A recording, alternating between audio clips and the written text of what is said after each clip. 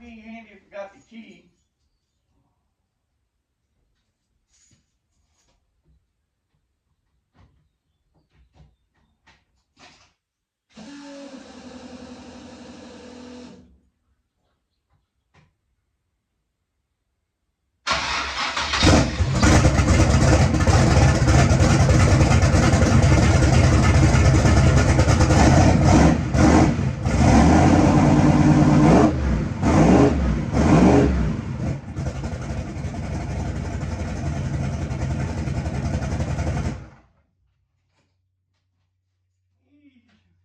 Yeah, those 202 sensors ain't happy.